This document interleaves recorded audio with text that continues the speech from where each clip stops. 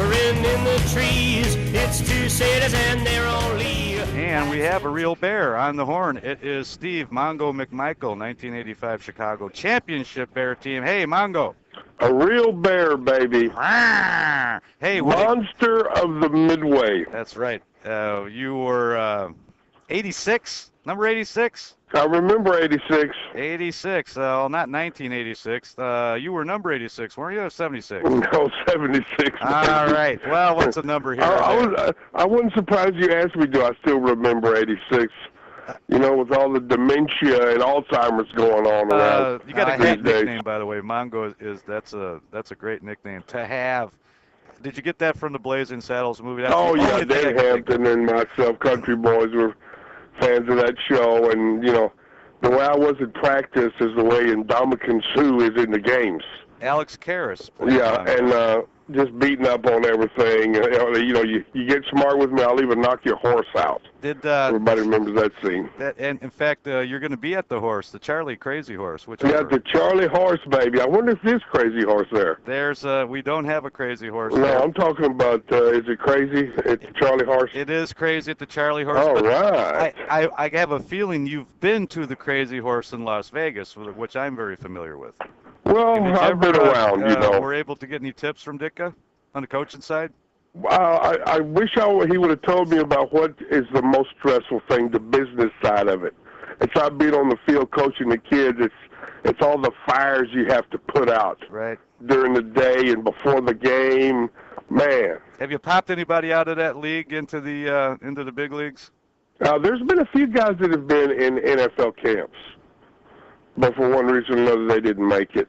Do you want to talk at all about the Bears, the 2011 Bears? God bless them and good luck. Listen to me. They lose their best two offensive weapons. You're catching and fetching, baby. That happened to me in '89, and we started out the year 4-0, and people started going down and getting hurt. Till at the end of the year, it was just myself and Singletary in the defensive huddle. Who went down? Everybody else was hurt. And we started out 4-0. We ended up 6-10. Who went down in '89? Everybody. Richard Dent, Fridge, Dan Hampton. We were 4-0 till he got his knee operated on. He was out for the rest of the year. Then we went on a downhill slide. You guys should have won the next year in '86. You just could have gave the ball to the Fridge every play, and I think you would have won 12 games. Well, no, we wouldn't have. But if McMahon would have stayed healthy, we would have repeated at least, yeah. And was Fuller his backup? Who was the backup that year? I think there were at least double figures in quarterbacks I played with besides McMahon when he was hurt. Flutie? I mean, running the gamut from Fuller to Tom Zach to Doug Flutie all the way to Rusty Lish. Wrong. Who do we got, Rex? God. Hey, they're all lit up. We're packed up. Tom's on 3. Tom, talk to Mongo. Hey, Mongo. How's it going, man? What's happening, brother? Hey, I got a wrestling question. How was it hanging out with Flair and the Horsemen back in the day? Well, the Horsemen, you know, most guys aren't the characters you see on TV.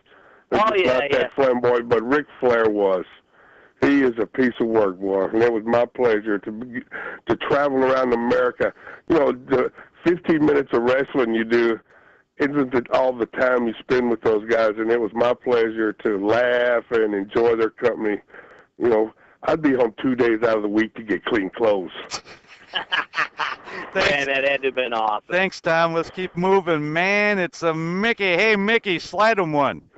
Well, hey to you, Preacher. Hey. Hey, Mr. McMichael, how you doing? Hey, I was at your taping of when you guys did that 20-year anniversary at that big theater downtown, and what you said about Singletary just still cracks me up. I don't know if you remember what you said.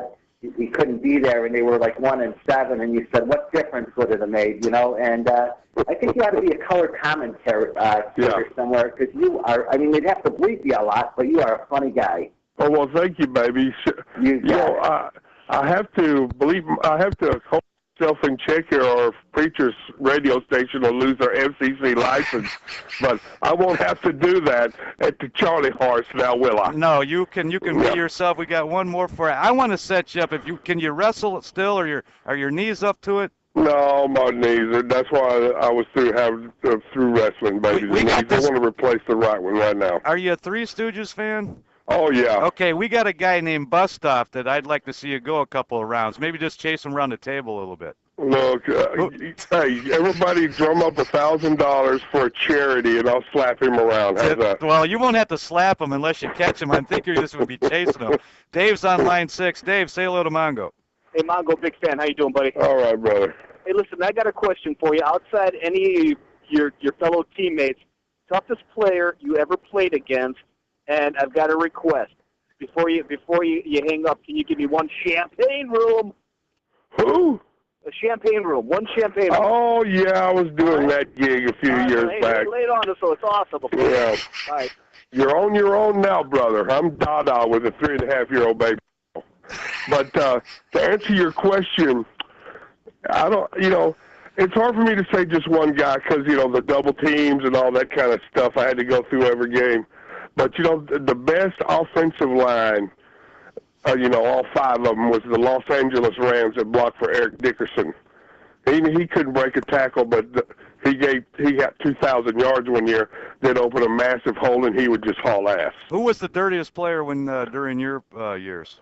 The dirtiest player? Yeah, that was talk about Conrad Dobler back in the day, but yeah, he was a little before me. Yeah, after him. Those guys up in Green Bay every year would play us dirty. I mean, how much dirty can you get to grab a guy around the waist and turn him over and tombstone pile drive his shoulder like Charles Martin did Jim McMahon? Yeah. And there goes our Super Bowl repeat right out the window, there. I'm surprised that you guys didn't get him out in the parking lot, honestly. When I saw it happen, I couldn't believe the offensive line that was out there didn't just start trying to wreck his knee. Yeah, that could have turned into something really ugly. I can't let you go without asking about a couple of the rule changes.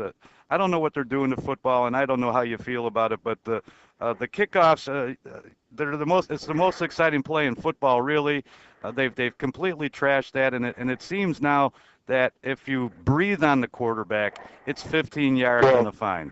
And the hard-hitting safety is a dinosaur now, because any safety that comes up and lays a lick down, there's a penalty, right? Right, and he's broke. And hitting the quarterback, how big a gray area is that now? You know what the bottom line is? They're throwing flags and fining guys and suspending them for playing violent. Yeah. Now, isn't football supposed to be a violent game? Yeah, well, it is a violent game. Well, no, it's not anymore.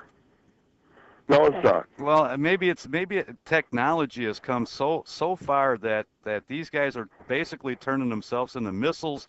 Maybe. Well, we did back then too, baby, and we had concussions and we had all kinds of stuff. Understood, but they're trying to protect their investment, is what I believe. And I as a fan, it sucks, but as a human being, I go, well, these guys they're really big, they're really fast. They're not trying to protect their investment. They're trying to protect the guaranteed money they lay down now.